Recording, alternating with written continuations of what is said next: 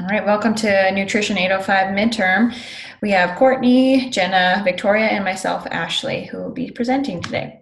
We'll start with Module 1 question, which is to explain how the food matrix influences bioavailability by applying a nutrient and pathway of your choice. So today we'll be discussing how the nutrient iron goes through the pathway or what affects it by enhancers or inhibitors or cooking methods, and how that involves in the absorption through the intestinal cells.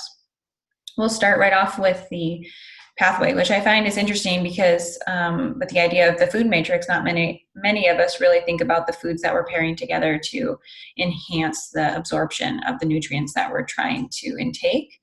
So I'll explain first the pathway of the actual heme molecule getting absorbed. So we'll take Mary. She likes to eat steak and eggs for breakfast. Both of those items contain heme molecule. And so we'll follow that pathway through the absorption into the enterocyte. As you can see, first it is digested in the stomach by hydrochloric acid and proteases, and that heme molecule is enlarged here in figure 1 to see a little bit closer the structure. Hey Ashley, so with the heme structure that you have here in figure 1, does it change in order to be absorbed by the enterocyte? Yeah, that's a great question, Victoria. I think we should refer to Courtney, who is a chemist guru here. So Courtney, what do you think about that molecular structure?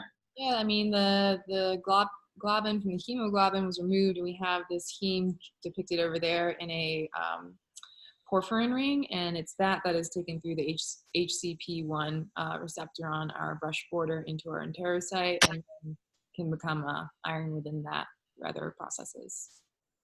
Yeah, so once it gets reduced in the enterocyte to the ferrous form, Fe2, it's now ready to be transported into the blood.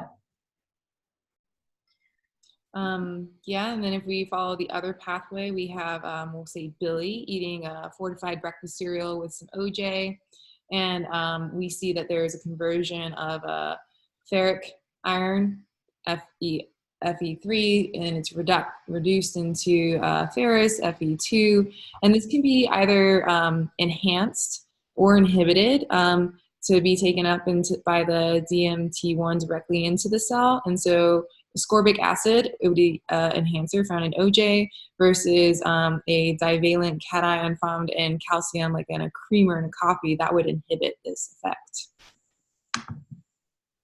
So we know that iron is needed for oxygen transport to the cells. So why wouldn't we try to enhance its uptake? Heme sources come from animal proteins, and the non-heme sources come from plant protein. To reference the pathway that the bioavailability is affected by a heme or a non-heme iron source. So non-heme, you need an enhancer as well to be able to enhance the absorption.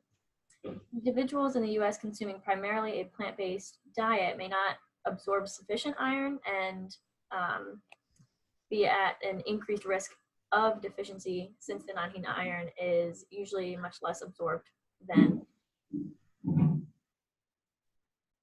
Jenna?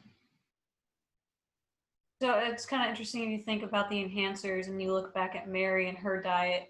So just being a female alone, you consider her menstrual cycle. During that time frame, she's going to be losing a lot of iron, which is also one of the reasons why women are more prone to be deficient rather than men. If you also think about how she cooks her steak, if she would prefer to have it rare, it would actually have more bioavailability for heme. So she'd be absorbing more from the rare steak rather than it being well done, where it'd be more degraded and she wouldn't have as much intake.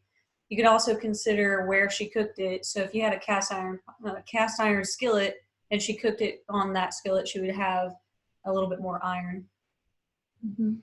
Yeah, so in addition to the diet quality alone and the food matrix, there's, as we can see, definitely enhancers and inhibitory nutrients that can impact the nutrient, such as iron, its bioavailability, and other factors like host factors, let's say for women in their menstrual cycles every month. So a lot happening, and I think with more education with the diet, we can work towards pairing foods together to enhance absorption.